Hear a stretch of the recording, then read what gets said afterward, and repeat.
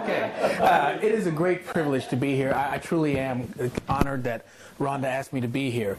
I have been described as trying to take a drink from a fire hydrant, because I do talk fast, so you will get to know that, and we'll go fast with this. It's called A Pebble in Your Shoe, Why I Am a Republican. And I will just tell you, I am loyal to Jesus Christ, not to a political party. Okay? And I have some very great concerns for the Republican Party. And we'll talk about, you're going to see, I'm going to talk about both parties today, but this is what I'm going to be talking about. This is what got me audited. This is what we're going to talk about. This is what got me audited. This got me audited before we found out that that's what the IRS was doing. I'm serious, seriously. Because I had sent this to the Congressional Black Caucus, to President Barack Obama, to the Democratic National Committee Chairman Donna Wasserman Schultz, to Donna Brazil, to traditional black colleges. I mean, I sent it to everybody you can possibly think of. And 3 weeks after it was sent to the White House and the Congressional Black Caucus, I get audited. When I get the call, I tell her, I said, I know why you are doing this. You are doing this because of this DVD. She says, I have no idea. I was just told to do this. And they gave me what they call a field audit, which is where they climb up your backside with a microscope. It was real fun. But, you know, that was quite an experience. And I told her, I said, you know, what you've just done has ticked me off. So I came out with this one. And this one is entitled, Have We Gone Too Far? And this one deals with the issue of how to vote. This is the basis of a book that I'm currently working. I'm hoping, Lord willing, I'm hoping to have it all done by the end of this year, by December, because it needs to be out for this next year for elections. So we'll get started. I mentioned this here, A Pebble in Your Shoe. This is what it's called, A Pebble in Your Shoe, Why I Am a Republican. Initially, I called this, Why are Black People Democrats? But then people told me, oh, that's too harsh. So I kind of changed the name to, well, Why I Am a Republican. And then I thought, well, people won't even pick it up or look at it. And so then I came out with, I refer to it as a pebble in your shoe. You know when you get a pebble in your shoe, you start walking, you can walk around with a pebble in your shoe, but eventually you got to deal with it. And so this is what this is dealing with. And again, I mentioned this here, that I came out with this second one as a result of the IRS. So we're going to get started. You asked me why I am a Republican. Well, first and foremost, it's because I am a Christian. Please do not misunderstand that. That does not mean that the Republican Party is a Christian party. Far from it. Okay? But I work through the Republican Party because their principles line up better with the biblical principles than the Democratic Party does. And so we're going to look at that. Here's what Benjamin Franklin had to say. Whoever shall introduce into public affairs the principles of Christianity will change the face of the world. Patrick Henry, who was famous for the famous statement, give me liberty or give me death, Patrick Henry said this. He says, it cannot be emphasized too strongly or too often that this great nation was founded not by religionists, but by Christians. Not on religions, but on the gospel of who? Jesus Christ. For this very reason, people of other faiths have been afforded asylum, prosperity, and freedom to worship here. Boy, ain't that the truth. Here's what Quincy Adams had to say. He said, the highest glory of the American Revolution was this. It connected in one indissoluble bond the principles of civil government with the principles of Christianity. You ask me why I am a Republican? It's because of this document here, the Constitution of the United States of America. Too many people think that the Constitution is a pro-slavery document, and they point to the 3/5 clause to support their position. One of the earliest Americans who began to look at this issue was this man here, Frederick Douglass. He was a Republican. He was also a slave. He escaped, and he preached and gave his first anti-slavery speech in Massachusetts. He, too, believed, in fact, he also helped raise the first regiment, black regiment, in the Civil War. But he also believed that the Constitution was a pro-slavery document because that's what he was told. And he believed that. But then he did something really stupid. He read it. And when he read it, here's what he said. The Constitution is a glorious liberty document. Read its preamble. Consider its purposes. Is slavery among them? Is it at the gateway or is it in the temple? It is neither. If the Constitution intended to be by its framers and adopted as a slave-holding instrument, why neither slavery, slave-holding, or slave can anywhere be found in it? Now take the Constitution according to its own plain reading, and I defy the presentation of a single pro-slavery clause in it. On the other hand, it will be found to contain principles and purposes entirely hostile to the existence of slavery. One of the things that he understood that many people don't understand today because they've never taken the time to read it is that the Constitution, the 3/5 clause, had nothing to do with representation. Had to do with representation and not with the worth of an individual. And so because what they were trying to do was count free slaves, but not count slaves, if counting slaves would add to their population so that they could have more people in Congress who could make slavery last longer. Our founding fathers wanted to get rid of slavery within the first 20 years of this founding of this country. And so that's what they were trying to do. Douglas was appointed to advisory positions in the presidency of U.S. Grant, of Hayes, James A. Garfield, but when Grover Cleveland became president, he kicked him out and didn't have anything to do with him, a Democrat. And then when Benjamin Harris, Republican again, he put him back in position. By 1820, most of our founding fathers had died, and the Democrats had gained power in Congress. And so they began to make laws reversing the slavery laws, anti-slavery laws, and they began to make some changes in that. You remember the Northwest Ordinance of 1789, the Congress has said you cannot have slavery in any other territories that they had. So what began to happen was they began to, like Ohio, Indiana, Illinois, etc., they came in as non-slave states. But so because you couldn't add more slave states, then Virginia split and added Kentucky. And then North Carolina split and added Tennessee so that there would be more slave states because any existing territories could not expand slavery at that time.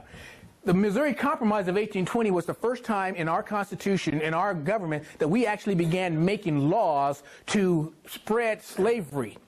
And this is what began to happen with in 1820s, and the Democrats literally had to ignore the principles that the framers had put into place. One of the first things they did was the Fugitive Slave Law of 1850. The Fugitive Slave Law was little more than just an excuse for slave hunters to go into the North and capture blacks, whether they were slave or not, because they didn't have any rights. They didn't have the rights to a jury. They denied them particular rights.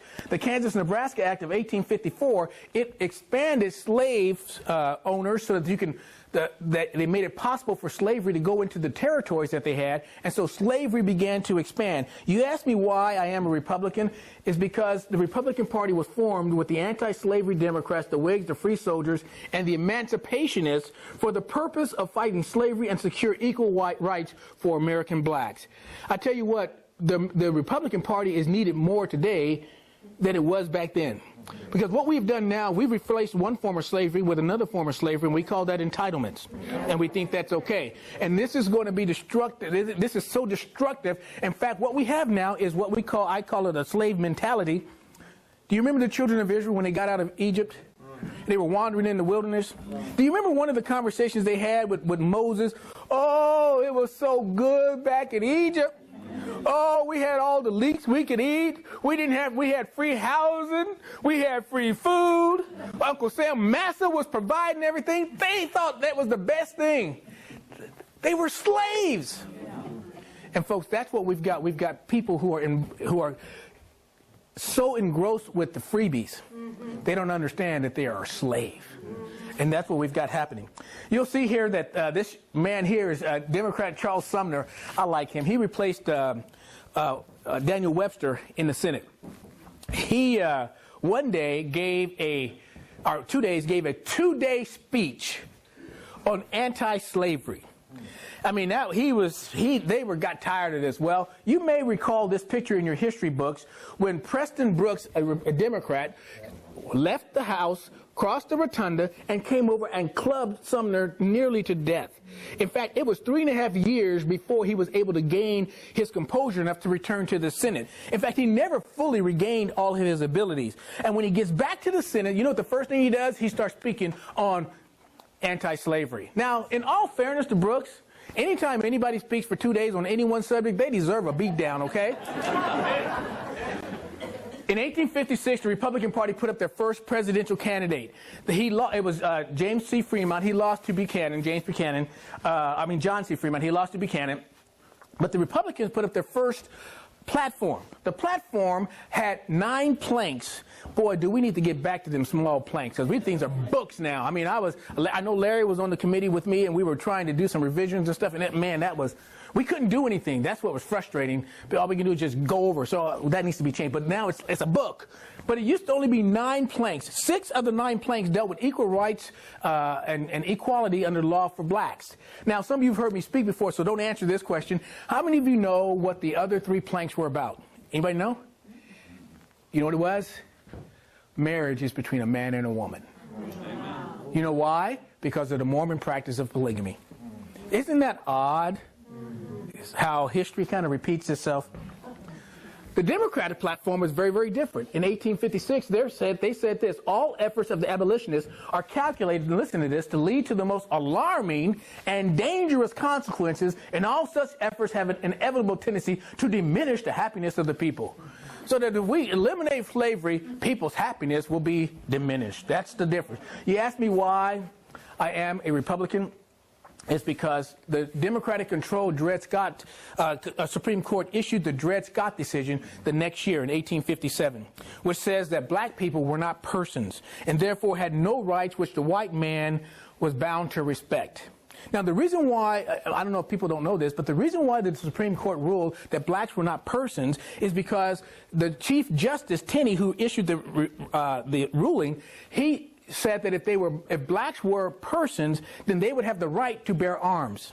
And this was not permissible. Do you know why the NRA was founded? The NRA was founded for the very purpose of arming black people so they could defend themselves against the Klan. Now, most people don't know that. See, that's history. That's history. Most people don't know that. For over a century and a half, Democrats have often taken the position that some human life is disposable, like they did in the Dred Scott case. Today, they've taken that with the same position with the unborn. You ask me why I am a Republican? Because the Democrats have as their platform the murder of innocent children. They call it abortion. Here's some of the abortion statistics, and because this is dealing with the blacks, I'm going to speak from that perspective. 12% of Americans are black. Yet 35% of all abortions are on blacks. Last decade, listen to this, for every 100 black live births, there were 53 abortions. Now, it gets worse. We're going to see this in just a moment. It gets worse. You probably didn't see this, but this used to hang in New York City. But they made them take it down because they said it was a racist thing. It says the most dangerous place for an African American is in the womb. Now, you know why they say that? Because in New York City today, 59.9% of all black babies are aborted. That is 60%. Think about that, 60%. That's a crime. Why is the church silent about this? Why isn't there people screaming out about this? This is a crime. Here's some other statistics. In the black community, abortion, we've lost more babies through heart disease, cancer, accident, violent crime, AIDS, combined more so than with abortion. But see, these figures are old because now, as of last year, that's 16 million of babies that have been aborted since Roe v. Wade. Now, let me break it down for you.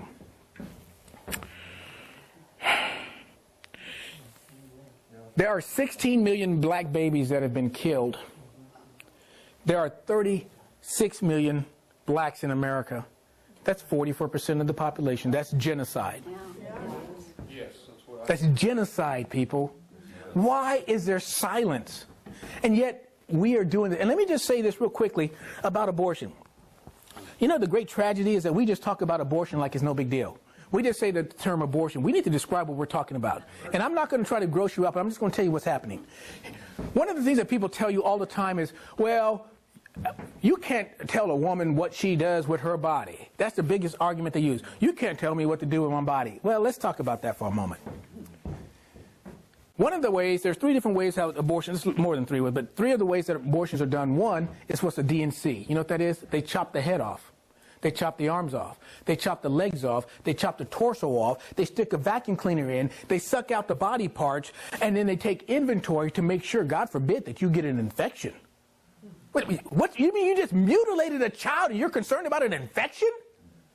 Another way is where they do inject the saline solution. The saline solution goes in, it burns the outside of the baby's body, and then as the baby is breathing the solution in, it burns them on the inside as well. Within 48 to 72 hours, the baby is born dead, usually. Usually. Most of the time it is. And then there's the third way is a partial birth abortion where the baby's head comes out. They snip the spinal cord to make sure that the baby dies before it's fully developed. Now, when you tell me, you can't tell me what to do with my body, but baby, honey, it wasn't your head they cut off. That's right. I mean, that's what the problem is. We don't talk about abortion and what it is. It is a vile evil upon this earth. And see, the reason why abortionists don't want you to see an ultrasound beforehand, because you see that baby sucking his thumb. It's not tissue sucking his thumb. It's a baby sucking his thumb. So as long as you think it's tissue, then it's justifiable. But not in the eyes of God. Let me tell you something. God says it's evil. God says, I got something for you if you're going to shed the blood of evil, of the innocent. And folks, now because of Obamacare, guess what? We are all culpable. We all have blood on our hands now. If you're paying taxes, you have blood on your hands. That's where we're at. Let me tell you something. Do you think that because you can do this, I mean, when you stand before God after doing this, do you think God's going to pat you on the back and say, well done, good and faithful servant, enter into your rest? I mean, it's just tissue. That JT guy, he doesn't know what he's talking about. I mean, that was not a baby. Come on in. Let me tell you something. That's not the God of the Bible. And there's going to be consequences. Well, let me stop preaching. Let me go on. The presidential election of 1860 was an interesting election. There were three candidates. Actually, there were four, but one wasn't really all that big of a deal. But there's four candidates, but three significant candidates. The South had two candidates. I mean, not the South, but the Democrats had two candidates because they had the Southern candidate was John C. Breckinridge, and the Northern candidate was Stephen Douglas. The reason why there was two is because the South was willing to split the Union over the slavery issue, but the North was not willing to split the Union over the slavery issue. As a result of there being the two candidates, really three, but two major candidates other than Lincoln, Lincoln got 40% of the popular vote, and he got 59% of the Electoral College vote. And so he was the one who was elected. You ask me why I am a Republican? Because of this man here, Abraham Lincoln, he's credited with freeing the slaves. Okay? With this particular document here, the Emancipation Proclamation, on December 31st of 1862, blacks gathered around timepieces to watch the time, because when this time happened, January 1st, 1863, the Emancipation Proclamation came into effect. Now, most people don't understand this, don't know this, but do you know the Emancipation Proclamation didn't free all the slaves? It only freed the slaves in the South. That's all it did. But people think it freed everybody, but it only freed the slaves in the South. You ask me why I am a Republican? It's because the Democratic Party created the Ku Klux Klan as an arm of the Democratic Party to regain power. And yes, you heard me correctly. Under sworn congressional testimony, E.W. Sweebles, South Carolina Democrat, says that the Klan was formed as an arm of the Democratic Party to break down the Republican government and pave the way for the Democrats to regain control in the elections. They, the Klan, belongs to the Reform Party, our party, the Democratic Party. Now, that's why this is what is amazing to me. I can't understand how any black person can associate themselves with this. That doesn't make any sense to me. They don't know. But you're right, they don't. I know that they don't know. But because they believe that the Klan was started by the Republicans. But it wasn't. It was started as an arm of the Democratic Party. Sweebles also said this on the testimony. The Klan terrorized American blacks through murders, public floggings. Relief was granted only if individuals promised not to vote for Republican tickets, and violation of this oath was punishable by death. See, at one point, blacks were 100% Republican. In fact, Sweebles makes that comment. Almost 999 out of every 1,000 of the what they call decent folks, people of South Carolina, belong to the Democratic Party. The Republican Party is composed entirely of the colored people. See, blacks were voting 100% Republican at one time because Lincoln freed the slaves. And now it's about 95% they vote Democrat. And we'll talk about what happened with that. Under the Republicans, the 13th Amendment of 1865, which forbids slavery, the 14th Amendment in 1868, which when you were born in the USA, you were an American citizen, and that did not mean anchor babies as it's being used today. Anchor babies was not the idea that they had when they made this law, but that's a whole other talk in itself. The 15th Amendment in 1870 was the right for blacks to vote. When the 13th Amendment, all 118 Republicans voted for it, but when you look at the Democrats, 19 out of the 82 Democrats voted to end slavery. But when it came to the issue of the 14th Amendment, guess what? 0 Democrats voted for that. All 100% of the Republicans did. And when it came to the 15th Amendment, no Democrats voted for it. You ask me why I am a Republican? It's because the Democratic Party began immediately to repeal the 13th, 14th, and the 15th Amendments in this country's history.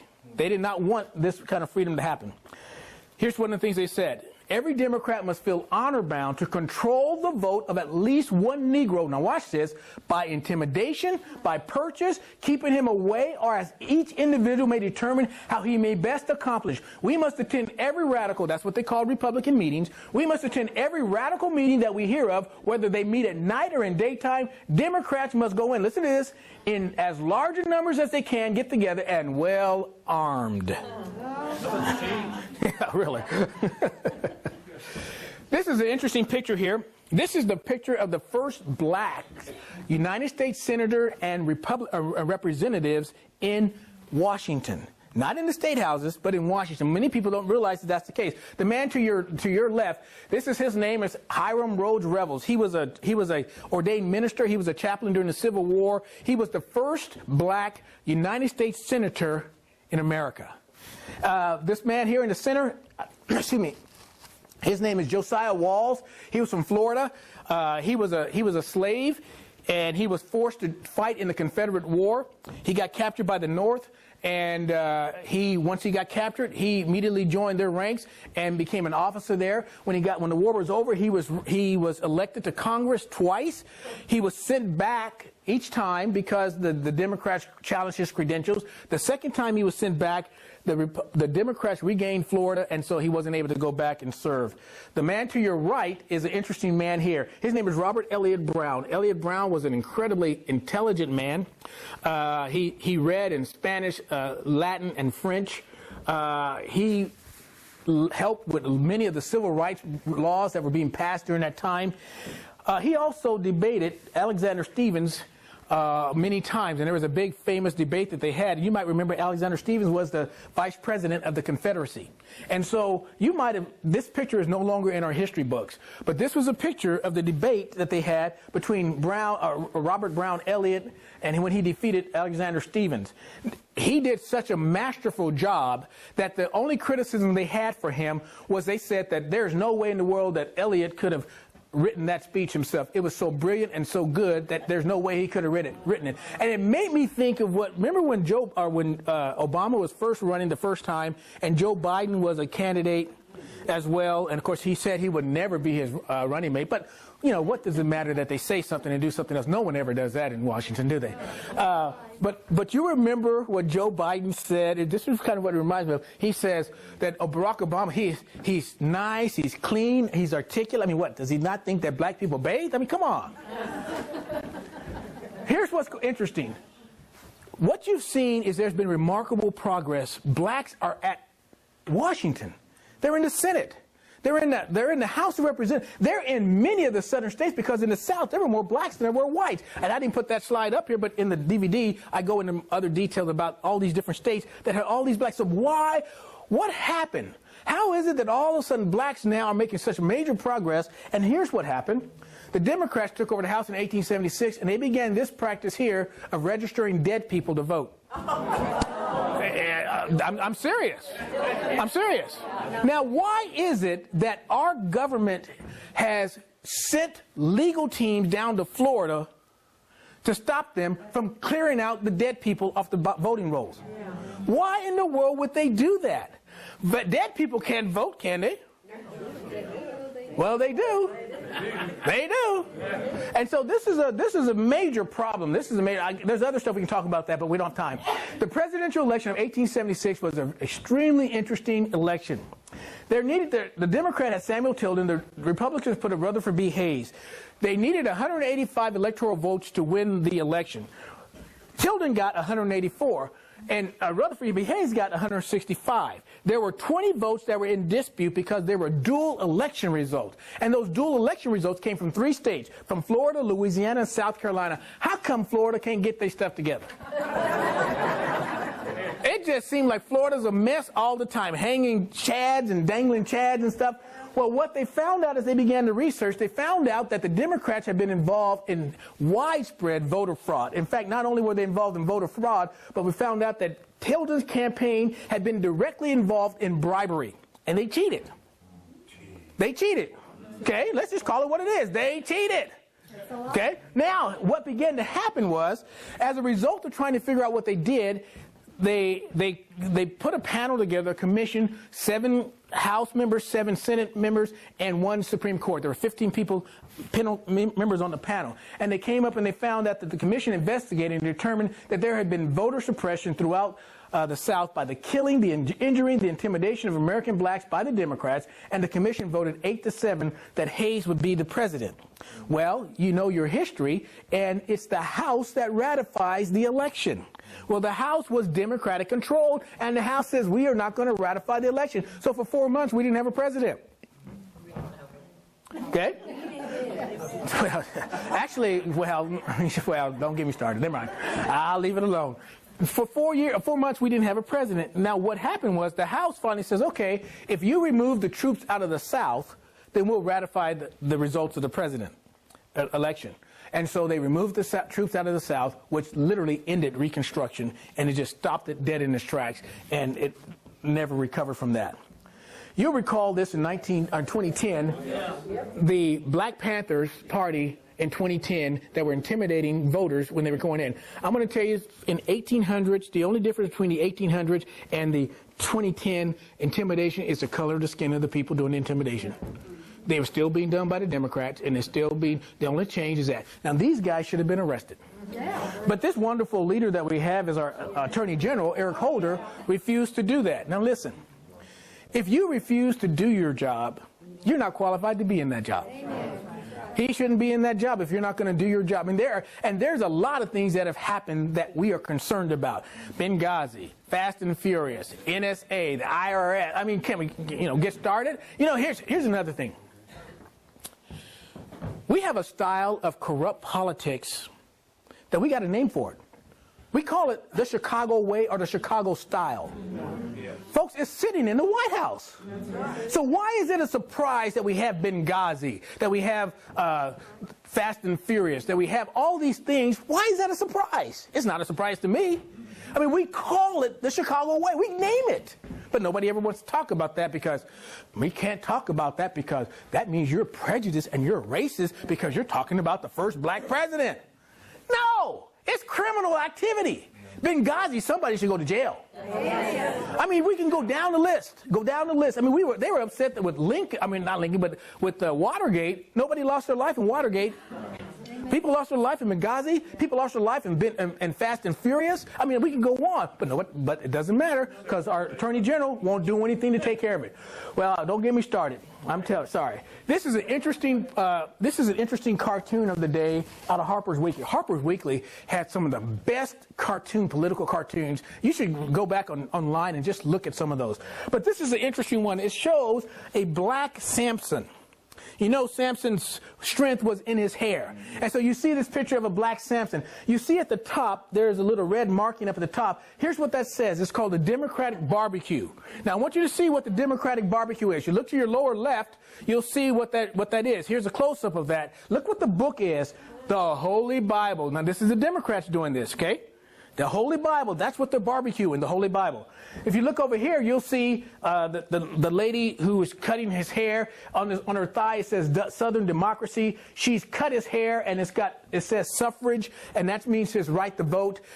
So she's cut his hair, and Samson's weakness is now because they have intimidated the black voter. I should have put this there. I'm talking too fast. You can see the suffrage there is a better picture of a Southern Democracy. And then you'll see some folks over there on the lower or upper left, and these are some of the Klan. You'll see John McCain. Yeah, John McCain. You'll see General Forrest, who is the leader of the Klan, the Confederacy. You'll see several of the folks that are there that are rejoicing because they have intimidated the blacks. Now, how successful was their intimidation? Well, I'll show you how they have disenfranchised blacks. Now, let me just tell you something. When we hear people talking about disenfranchising, they always are Democrats talking about Republicans disenfranchising blacks. It was the Democrats who've done the disenfranchising from history. The Republicans have done very little. The Republicans aren't innocent, let me tell you. They got their problems, too. But it was the Democrats who've been against this process. Here's one of the first things they did. They issued the poll tax. You have to pay a poll tax in order to be able to vote. Another thing they did is the literacy test, that you had to pass literacy tests. They'd ask questions about where do electorates cast their vote to vote for a president? I mean, things of that nature. I don't know where they do that myself. I mean, but they asked questions, and it was designed to make sure you couldn't get there to vote. Grandfather clauses. If you were not registered to vote before the 15th Amendment was passed, so that gave blacks the right to vote, then you couldn't vote. Now think about that. You couldn't vote. That's what they did. So those were what the grandfather clauses was. Another thing was suppressive election procedures. They would make the Republicans vote if there were 8 candidates to vote for, 8 spots to vote for, different categories, then the Republicans had to go to 8 different locations to cast their vote. And if they missed one, then the entire ballot was tossed out. So that's what some of the things that they were doing back then. Black codes, or the Jim Crow laws, where blacks couldn't enter towns at certain times, they couldn't intermarry, they couldn't hold jobs, they couldn't, I mean, there was just a whole list of those things. Now, let me just say something about the Jim Crow laws. Every single time you hear somebody talking about Jim Crow or the Black Code law, it's always a Democrat. Usually Jesse Jackson or Al Sharpton. And they're always talking about, we can't go back to the days of Jim Crow. It was your party who gave us Jim Crow. I mean, that's why I get so frustrated with the Republican Party, who sit back and let these guys talk and don't challenge it. I mean, history's on their side, and they just sit back as like they have no backbone. They have no. Gerrymandering. Gerrymandering is where you carve up a district so that you can stay in power. Listen, in our state, our great state that we live in, we salivated that we have every elected statewide official is owned by a Republican. We got to draw the lines. And you know what? A bad idea is a bad idea. Listen, if you can't win a district on the basis of your character and your content of your heart, you don't deserve to be in that district. You don't need to be staying in power just simply because you know how to carve up the district so that you stay in power. A bad idea is a bad idea. So it doesn't do us any good to become Democrat light. And that's what a lot of Republicans do. They had whites-only primaries where only whites could vote. Physical violence and intimidation, we've already talked about some of that. The revision of state constitution, every single state constitution was to be revised in the South to incorporate blacks to being able to have the freedoms and the rights that they need. And then property ownership requirements, where they had to require that you own so much property before you can vote, and most blacks didn't even come close to those type of property ownership. Now, I want you to pay attention to this list, because every one of these things was done by the Democratic Party. Not one of these things was done by the Republican Party. Okay, we're going to come back to that in just a little bit. How successful was this disenfranchising? Well, in Mississippi, there were almost 70,000 more blacks than there were whites, but yet whites voted 8-1. In Birmingham, there were 18,000 blacks, but apparently only 30 of them were eligible to vote. In Texas, black voters went from, watch this, from 100,000 black voters down to 5,000. In Alabama and Florida, it was reduced by 90%. By 1940, only 5% of blacks were even registered to vote. They were very successful in their efforts. When Teddy Roosevelt became president, he upset the fruit basket when he invited Booker T. Washington to come and eat at the White House. He was the first black to dine in the White House. He was in advisory positions in Roosevelt's and William Taft's and William McKinley's, but when Woodrow Wilson became a Democrat, became president, he didn't have anything to do with them. He also, Booker T. Washington started the Tuskegee Institute, which is a great institution. He said this: "I shall allow no man to belittle my soul by making me hate him." This was, if you've never read about a person, this man's life is an amazing life that I would encourage you to take the time to read on your own. But he's got some, and this is an incredible man. Here is Mr. Woodrow Wilson, who is quite an interesting person, quite a racist. He showed the very first movie in the White House, which was this movie here, The Birth of a Nation, which was a Klan recruitment film. This particular movie was based upon the book The Klansman by open racist Thomas Dixon Jr. and also it incorporated some of Wilson's own book, The History of the American People, which was written by Woodrow Wilson. And so Wilson he was the one who made it a law under the Democrats controlled Congress at the time in the District of Columbia, when under his tutelage, that you could not marry interracially. If you were, you'd go to jail. And so he was the one, and so he did the first movie about the Klan there. You asked me why I am a Republican? Because the Democrats began the practice of lynching people. Now, I want you to notice something. From 1884 to 1964, there were 4,743 people who were lynched. But you want to know something? A third of those were whites. Because the Democrats didn't care. If you were a white sympathizer of blacks, it didn't matter. And so this was what was done by the Democrats. Again, black people believe that it was the Republicans who started lynching. I don't understand where they're getting their history from. Well, Jesse Jackson and Al Sharpton, apparently. Here's what Frederick Douglass said after seeing all this evil and things that were taking place. He says, I love what he says, every colored voter of the state should say in scripture phrase, may my hand forget its cunning and my tongue cleave to the roof of my mouth, quoting Psalms 137, 5-6, if ever I raise my voice or give my vote to the nominee of the Democratic Party. he just says that just doesn't make any sense. And now just listening to what we've just talked about, how does a black person vote? Democrat. Well, we're going to find out in just a moment. What was the primary catalyst behind the mass exodus of blacks that left the Republican Party? Why did that happen? Well, blacks were voting 100% Republican. Well, unfortunately, it got started by the Republican Party itself. Most people do not know Robert Moton. Moton is an amazing man. Moton lived in the 20s. What Moton is what Martin Luther King Jr. was to the 60s is what Moton was to the 20s. He was, in fact, in many ways, he was actually more influential than Dr. Martin Luther King was. The difference between Moton and the difference between King is that Moton would not have supported the sit-ins, the marches, the bus rides. He wouldn't have done any of that. He believed that you should demonstrate by your good behavior and character as to your self-worth in the white community. That's what he believed. In fact, Moton was that's how he was the second president. They called him principal he was a protege of Booker T. Washington, and he was the second president of the Tuskegee Institute. They called him principal, but that's the Tuskegee Institute there. Moton sat on boards of Carnegie and Rockefeller, and he had significant influence during that time. Well, what happened was, in 1927 was the Great Mississippi Flood. Now, we don't even teach about the Mississippi Flood anymore in history books. This is really sad.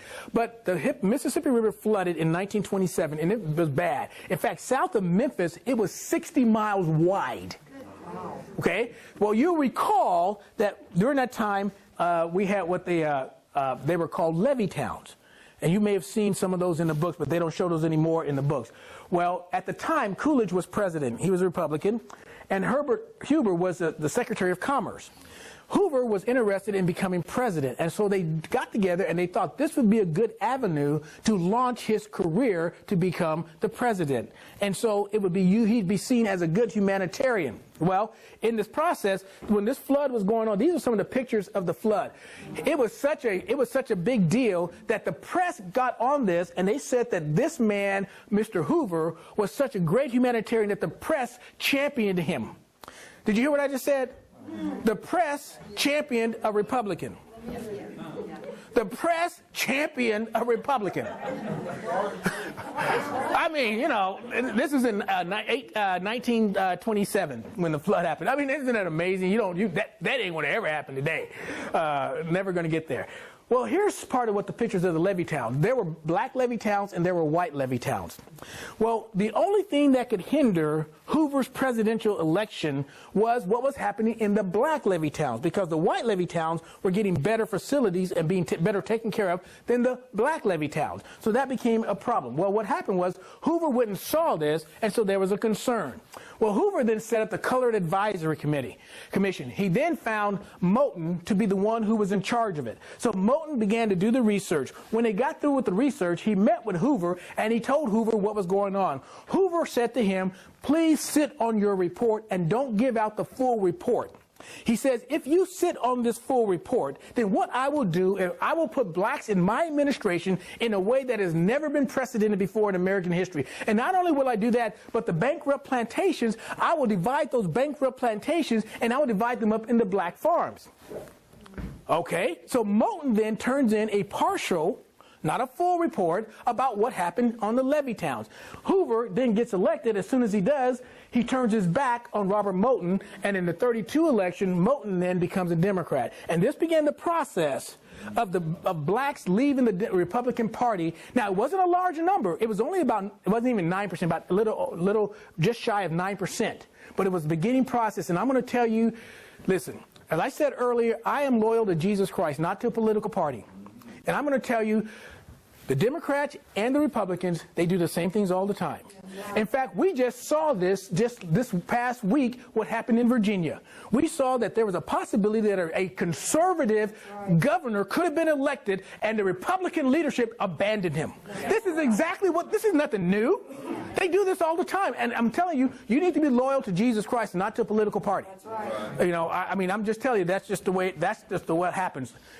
Well, I'm going to get going so that I can, leave here without being stoned. Franklin Delano Roosevelt created the first black cabinet. He was the first Democrat to place language in their platform calling for an end to racial discrimination. But it didn't do any good because he met with opposition by his own Democratic-controlled party, and it didn't matter what he said or did, it wasn't going to get done. He was followed by Truman, and in '46, he was the first Democratic president to actually do some bold civil rights movements and proposals. And he pushed for anti-lynching laws, a ban on the poll taxes, and desegregation in the military. He took whatever he could control, like the military, and I don't know if you ever saw the Tuskegee Airmen movie, but the idea of, and it was when his wife goes down there, I mean, that was pretty accurate, that she's saying, why are these colored boys not out there fighting? Because what he had control of, he was going to say, these folks need to be out there doing everything. So the military, he got control, but he also found that the Democratic-controlled good old boy network wasn't going to allow for much more than anything else happening. There was a strong connection with the Klan and the Democratic Party. In fact, when George Wallace first ran for governor, he was defeated and he refused to accept the endorsement of the Klan. The second time he ran, he accepted the endorsement of the Klan and he was elected. In fact, the Klan actually had this is a march in Washington, D.C., and many of the members of Congress who were involved in the Klan, when the march was going down Washington, D.C., they literally went into their closet, grabbed their robes, put on the robes, and then stepped in line and started marching down the highway. That's how prevalent the Klan was during that time. Yeah, Byrd was one of them. Following Truman was World War II hero Republican Dwight D. Eisenhower. He's elected in 1952. He issued executive orders halting segregation in the District of Columbia. The areas he could control, he could do what he could and change it. But again, he faced tremendous opposition by his Republicans, by his Democratic opponents. In fact, I want you to know, he was still being elected, even at this time, significantly by black vote. Okay, that's important to keep in mind. He also, in 1957, proposed a bold civil rights bill to increase black voting rights, and it was met with opposition. Some of the opposition was by James Eastland. He was on one of the Senate committees, the Senate Judiciary Committee. In fact, his committee was known as the burial ground for civil rights movement. And so he was also joined by Strom Thurmond. At that time, Thurmond was a Democrat. He later became a Republican, but at that time, he was a Democrat. And we could also put up here Al Gore Sr. Yeah. Al Gore Sr. was adamant racist. And so we could put those things up. But what happened was they got together and they ended up bypassing that committee, and they got a watered-down version of the civil rights bills. And so we ended up with these two things, the Civil Rights Division in the Justice Department and the Civil Rights Commission from Eisenhower, that ended up making a big difference when we got the civil rights bills and later in the 1960s. In 1959, Eisenhower again tried to do some changes and introduce a major proposals with civil rights, and again it was met with resistance. This time it was met by Democrat Howard Smith from Virginia. He was the chairman of the House Rules Committee. Now what he would do, since he was the chairman, he would go away for weeks on ends at a time so that his committee wouldn't have to meet in order to make a decision. Can anybody say Wisconsin? You see what I'm saying? There's no difference. The tactics that Democrats use and the tactics that Republicans use, they do the same thing. If you know your history, you're going to say, okay, I need to watch myself, because the Democrats will turn their backs on you, Republicans will turn their backs on you, and we've seen it happen in history. And so you just have to know who you are and stand firm on have your belief system solid, so it doesn't matter what they do, because you answer to God. That's the most important thing. He was followed by Kennedy. Kennedy was not a great civil rights. In fact, Kennedy was not elected by the majority of blacks. See, when people don't know that, they think Kennedy is a great savior. Kennedy didn't want to do anything with civil rights. In fact, he only came in kicking and screaming after 2 years in office, and the only reason he came kicking and screaming was because of what George Wallace was doing down in the South, not letting the people come into schools. So now he's kind of forced into the situation, and so he starts efforts to try to get that. You'll recall how the 60s were very turbulent during that time, and so he began to do some civil rights things and trying to push for some things, but unfortunately he was never able to see his actions come to fruition because he was assassinated. And he was followed by this piece of work. This is probably, in my humble opinion, this man has probably done more damage to the body of Christ than any other single individual in our leadership. The Johnson Amendment, I don't have time to go into all that, was a horrible piece of legislation that has caused pastors to be cowards and not stand up and preach the truth. And so, but that's a whole other issue. And that, I mean, I could literally speak for hours just on this man. This guy was a piece of work. He could care less about civil rights, but he was an opportunist. And he saw it as an opportunity to steal. Now, keep in mind, Kennedy did not get the majority of the votes of blacks. Okay? Now, it's getting almost 50%, but he doesn't have those votes yet. He comes in and he's going to take these votes because he sees it, in fact, his own words, as an opportunity to steal the black vote from the party of Lincoln. That's how he sees it. Okay? The things that he tried to do were, again, the Democrats didn't want to do it. So Senator Byrd, Senator Russell from Georgia, they fought everything that Johnson was trying to do, that Kennedy was trying to do as well, and so they fought that. They got around, and one of the other senators, Senator Dirksen from Illinois, he was able to bypass that committee effort, and they were able to get the Civil Rights Act of 1964 passed and the Voting Rights Act of 1965 to be passed. Probably the most famous face of the civil rights movement is Dr. Martin Luther King Jr. Dr. Martin Luther King, like Frederick Douglass, it was a pastor, and so he preached the gospel of Jesus Christ. Dr. Martin Luther King was present when Johnson signed the Civil Rights Bill into effect. But one of the things that people don't understand, Johnson was a Democrat, but most people don't understand that Dr. Martin Luther King was a Republican. Now that makes sense because Republicans are still in the blacks are still in the Republican Party. They're still not, there hasn't been no major thing that has caused them to switch over. Now, the Democrats had it within their power to pass all the civil rights that they could, but they didn't. In fact, they had a super majority. In fact, in the House, there was 315 Democrats in the House. They had over 2/3 of the Senate. They only needed 269 votes, and they got 198 votes. And if it wasn't for the Republicans, those civil rights would have never happened, because the Democrats had it in their power. Now, here's the problem. Because the Democrats were in the House, they were in the Senate, and they were in the presidency, blacks began to think that, hey, the Democrats are our friend. Are you serious? That's what they began to think. And here, let me just say this. In my humble opinion, once the Democrats are able to get amnesty passed with the illegals, once that happens, they are going to kick blacks to the curb because they don't need them anymore. They'll kick them to the curb. But they won't listen to me, but that's all right. The Civil Rights Act of 1964 gave civil rights for all people. Well, who was it that was trying to deny civil rights in the first place? It was the Democrats. The Voting Rights Act of 1965 banned the literacy test. Well, who put the literacy test in the first place? It was the Democrats. The 24th Amendment abolished the poll tax. Who put the poll tax in?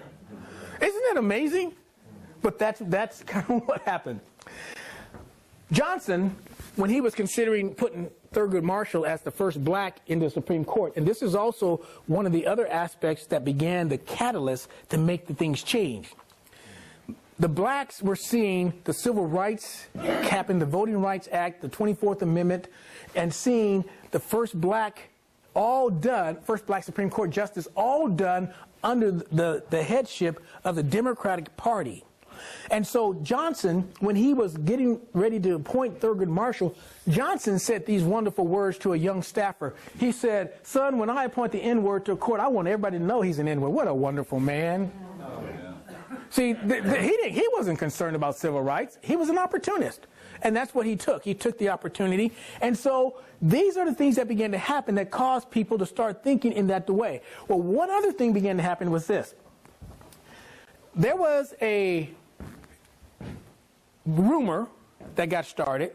Now, we do not know where the rumor came from, but tell me if you think this was done by the Republicans. Here's the rumor. If the Republicans were elected to Congress or the presidency, they would not extend the 1965 Voting Rights Act and would, in fact, remove the right to vote from our African Americans. Do you think the Republicans did that? No. Well, we don't know who did it. Yeah, we do. Well, we don't know. There's never been a definitive answer about who did it. We don't know technically who did it. And the 15th Amendment had to do with voting, not the Voting Rights Act. And I mean, it just was a mess that happened. Oops, wrong button, sorry. Frederick Douglass said this: "For colored voters, the Republican Party is a ship and all else is the sea. You ask me why I am a Republican? Because these two guys are Democrats." I want to thank you. You can turn the lights on. Thank you very much for your time. It is a great blessing to have you here and to hear this. I would encourage you to take this stuff. You know, if you don't have any money, just take it. It's no big deal. It's not a big deal. It's not about the money. I just want you to have the information. Get this one particularly in your black friends. They need this. Everything that I said here, well, almost everything. I did ad-lib some things that are because about the election. That's not in here, but everything else is in here. And even more, because this is more than what I talked about. So this is what I talked about tonight, is a pebble in your shoe. And this one here is the follow-up to that about how to vote. You need to let people know how to vote, because God tells us how to vote. He holds us accountable for how we vote, and I didn't have time to go into that stuff, but that's important too. Thank you so much, and appreciate it.